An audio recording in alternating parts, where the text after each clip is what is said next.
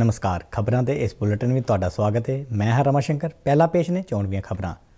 भारत और संयुक्त अरब अमीरात ने व्यापक आर्थिक भाईवाली समझौते ते दस्तखत किए। दोवें देश अगले 5 सालों में दुवल्ले व्यापार नूं 100 अरब अमरीकी डॉलर तक वधाउणगे।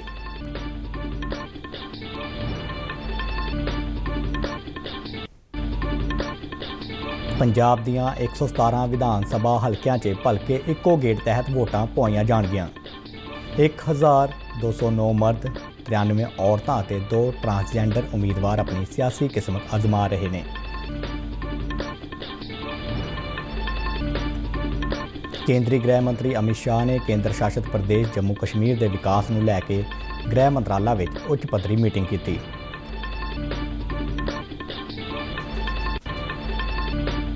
भारत ने वैस्ट इंडीज़ नूं दूजे T20 कौमांतरी क्रिकेट मैच में 8 दौड़ां के फर्क नाल हराया। लड़ी च 2-0 की अगेत बनाई। तो हुण खबरां विस्तार नाल। प्रधानमंत्री नरेंद्र मोदी और आबू धाबी के क्राउन प्रिंस शेख मुहम्मद बिन ज़ायद अल नाहयान विचाले वर्चुअल सम्मेलन होया, जिस दौरान दोहां आगुआं ने सांझे विकास के खेत्रों च दुवल्ले संबंधां च लगातार हो रहे वाधे ते डूंगी तसल्ली प्रगटाई।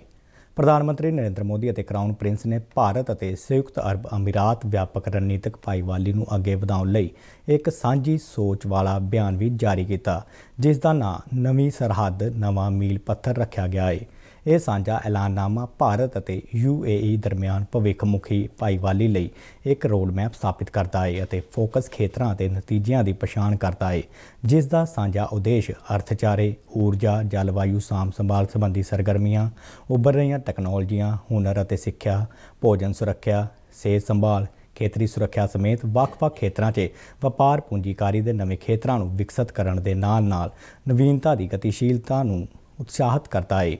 वर्चुअल सम्मेलन दौरान अपने विचार रखदਿਆਂ प्रधानमंत्री नरेंद्र मोदी ने कहा कि शिखर सम्मेलन दर्शाता है कि ਵੱਖ-ਵੱਖ चुनौतियों के बावजूद दोवां देशों विचकार दोस्ताना संबंध लगातार नवीं उचाइयां ते पहुँच रहे हैं। उन्होंने कहा कि संबंधों को मजबूत बनाने विच आबू धाबी के क्राउन प्रिंस की निजी भूमिका बेहद अहम रही है। हम दोनों ही देश समान विचारधारा वाले पार्टनर्स के साथ काम करने के बारे में भी सकारात्मक रवैया रखते हैं। मुझे विश्वास है कि भारत, UAE, इजराइल, USA ये समूह हमारे सामूहिक लक्ष्यों को आगे बढ़ाएगा, विशेष रूप से टेक्नोलॉजी, इनोवेशन और फाइनेंस के क्षेत्रों में। प्रधानमंत्री ने UAE विच पिछले दिनी होए अतवादी हमलों की सख्त निंदा करदਿਆਂ कहा कि भारत और संयुक्त अरब अमीरात अतवाद विरुद्ध मोढे नाल मोढा जोड़ के खड़े रहणगे। प्रधानमंत्री मोदी ने कहा कि वह कोविड महामारी दौरान UAE विच भारतीय भाईचारे की देखभाल करने के तरीके लई आबू धाबी के क्राउन प्रिंस के हमेशा धन्नवादी रहणगे। प्रधानमंत्री नरेंद्र मोदी और आबू धाबी के क्राउन प्रिंस ने भारत की आज़ादी की 75वीं वरेगंढ और UAE की स्थापना के 50वें साल के मौके पर एक सांझी यादगारी टिकट भी जारी की।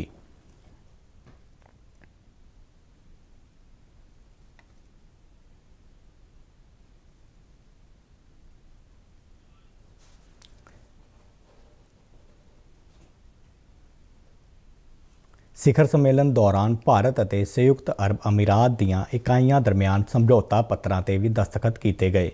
सम्मेलन दौरान प्रधानमंत्री ने आबू धाबी के क्राउन प्रिंस नूं छेती भारत आउण दा सद्दा भी दिता।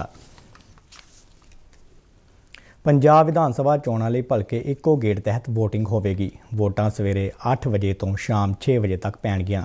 इस वार सूबे के 117 विधान सभा हलकियां तो 1304 उम्मीदवार चोण मैदान च ने। इस वार दीयां विधान सभा चोणां च कुल 459 आज़ाद उम्मीदवार चोण मैदान च ने। पंजाब के मुख्य चोण अधिकारी के दफ्तर वालों जारी आंकड़ियां मुताबक इस बार 93 महिला उम्मीदवार चोण लड़ रही ने, जिन्हां चों 29 महिलावां आज़ाद उम्मीदवार के तौर पर चोण मैदान च ने। चोण मैदान च 1209 मर्द उम्मीदवार और 2 ट्रांसजेंडर उम्मीदवार भी अपनी सियासी किस्मत आजमा रहे हैं। सानेवाल ते पटियाला पेंडू हलकियां च सब तो वध 19 उम्मीदवार चोण लड़ रहे हैं, जबकि दीनानगर राखवे हल्के तो सब तो घट 5 उम्मीदवार चोण मैदान च ने। सूबे ਵਿੱਚ ਵੋਟਰਾਂ ਦੀ ਕੁੱਲ ਗਿਣਤੀ 2,14,99,804 ਹੈ, ਜਿਨ੍ਹਾਂ ਵਿੱਚੋਂ ਮਰਦ ਵੋਟਰਾਂ ਦੀ ਗਿਣਤੀ 1,12,98,081 ਹੈ, जबकि महिला वोटरां की गिनती 1,02,0996 है। सूबे में 1,58,341 दिव्यांग वोटर ने, 1,09,624 वोटर सर्विस खेत्र नाल जुड़े हुए हैं। प्रवासी भारतीय वोटरां की गिनती 1,608 है, जबकि सूबे में 727 ट्रांसजेंडर वोटर ने।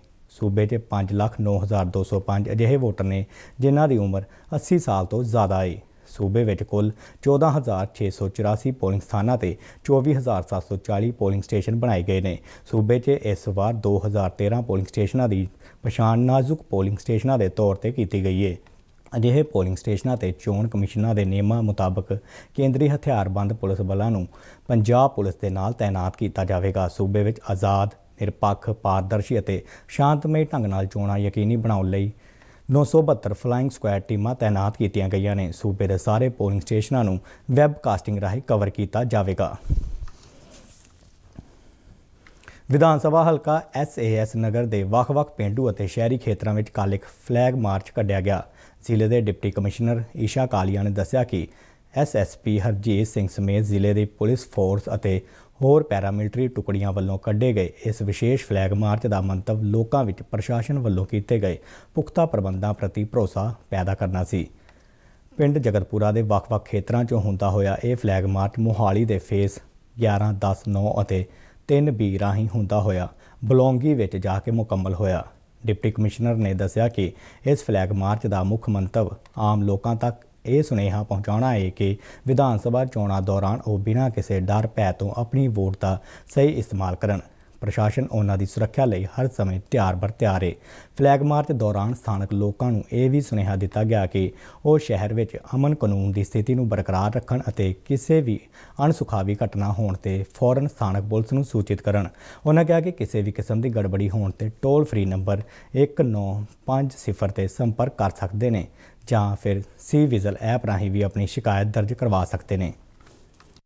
Silence period of election start हो गया तो असी सारे एरियाज़ ਨੂੰ ਅੱਜ ਜਿਵੇਂ SSP ਸਾਹਿਬ एक दौरा कर रहे हैं रैंडमली लोगों को पूछते हैं क्या उन्होंने एपी कार्ड मिल गया है, वोटर स्लिप मिल गया। मोस्ट इंपॉर्टेंट ये देखना चाहते हैं कि कोई कैंपेनिंग नहीं चल रही है मार्केट्स में या और जो अपने सेंसिटिव एरियाज़ है जिदा कि असी पहला जगतपुरा हो गया है, असी बिलोंगी जाना है, तो सारे एरियाज़ असी देख रहे कैंपेनिंग बंद हो चुकी है।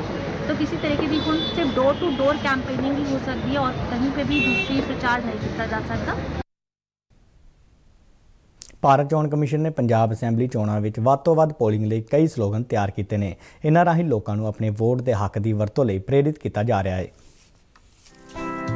ਕਰੋ ਚੋਣਾਂ ਦੀ ਤਿਆਰੀ, ਇਹ ਹੈ ਸਭ ਦੀ ਜ਼ਿੰਮੇਵਾਰੀ। ਤੁਹਾਡੀ ਵੋਟ ਹੀ ਤੁਹਾਡੀ ਆਵਾਜ਼ ਹੈ।